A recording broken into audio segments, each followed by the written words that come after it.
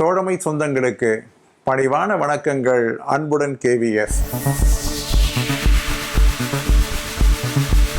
DoPT அமைச்சகம் 11/12/2023 அன்று ஒரு முக்கியமான ஆணையினை, அதாவது டிபார்ட்மெண்டல் ப்ரொமோஷன் கமிட்டி டிபிசி என்று சொல்லக்கூடிய அந்த பதவி உயர்வு கமிட்டியானது முறையாக குறித்த நேரத்திலே நடத்தப்பட வேண்டும் என்பதை வலியுறுத்தி மிகச்சிறந்த ஆணையினை வெளியிட்டு இருக்கிறது.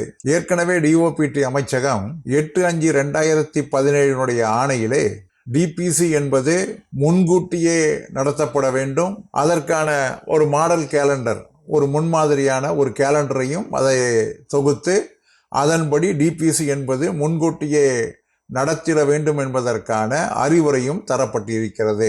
8/5/2017 ஆணை மிக தெளிவாக இருந்த போதிலும் டிபிசியை கூட்டுவதிலே ஏராளமான தாமதம் ஏற்படுகிறது. இதனால் ஓய்வு பெறக்கூடிய சமயத்திலே பல ஊழியர்கள் தங்களுடைய பதவி உயர்வை பெற முடியாமல் அவர்கள் பாதிக்கப்படுகிறார்கள், அவர்களுடைய உரிமைகள் பறிபோகிறது. ஆகவே இந்த டிபிசி என்பதை இனி கண்டிப்பாக குறித்த காலத்திலே வருடத்திற்கான அந்த வேக்கன்சியினுடைய அடிப்படையிலே முன்கூட்டியே நடத்திட வேண்டும் என்று இதிலே சொல்லியிருக்கிறார்கள். ஒரு ஊழியர் பதவி உயர்வு பெற்று அவருடைய ஓய்வு காலத்திற்கு முன்னதாக அந்த பணியிலே சேர்வதற்கான சாத்தியக்கூறு இல்லை என்றால் அவருடைய பெயர்களை பரிந்துரை செய்யப்பட தேவையில்லை.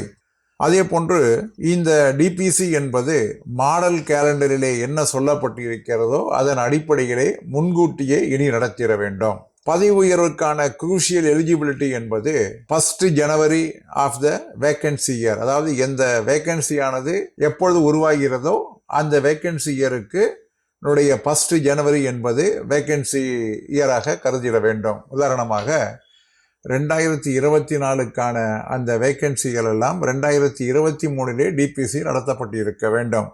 ஆக 1 ஜனவரியிலேயே அந்த ஆன்டிசிபேட்டட் வேக்கன்சி என்ன வரும் என்பதை 2023 கணக்கிட்டு அதற்கான டிபிசியை முன்கூட்டியே தயாராக செய்திருக்க வேண்டும் என்பதுதான் இந்த ஆணையினுடைய பொருள். ஒரு ஊழியருடைய ப்ரொமோஷன் வருவதற்கான அந்த எலிஜிபிலிட்டி டேட் என்பதை 1 ஜனவரி ஆஃப் த வேக்கன்சி இயர் என்று எடுத்துக்கொள்ள வேண்டும். 2024 வேக்கன்சி என்றால் 1 ஜனவரியிலே 2024 அவருக்கு அந்த எலிஜிபிலிட்டி கிடைத்தால் அவருடைய பெயர் அந்த டிபிசியிலே பரிசீலனை செய்யப்பட வேண்டும்.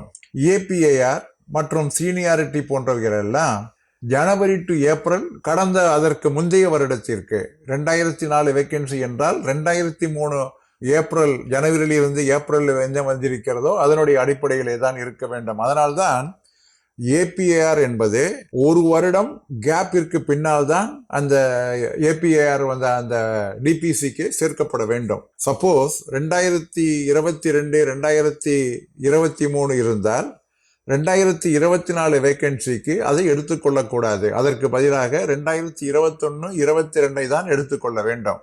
ஒரு வருடம் முன்னதாக உள்ள ஏபிஏஆர் தான் எடுத்துக்கொள்ள வேண்டும். அதே போன்று இந்த ப்ரொபோசல் என்பதை, அதாவது அந்த பதவி உயர்வுக்கான அந்த ப்ரொபோசல் என்பதை முன்கூட்டியே 30 ஏப்ரலுக்குள்ளாக டிபிசிக்கு அனுப்பிட வேண்டும்.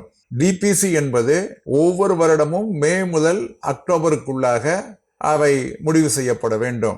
அதைத் தொடர்ந்து அந்த டிபிசி மினிட்ஸினுடைய தொடர் நடவடிக்கை என்பது நவம்பர் மற்றும் டிசம்பரிலே, அதாவது ஒரு வருடம் முந்தைய வருடத்திற்கான காலத்திலே அவைகள் ஃபாலோ அப் ஆக்ஷன் எடுக்கப்பட வேண்டும்.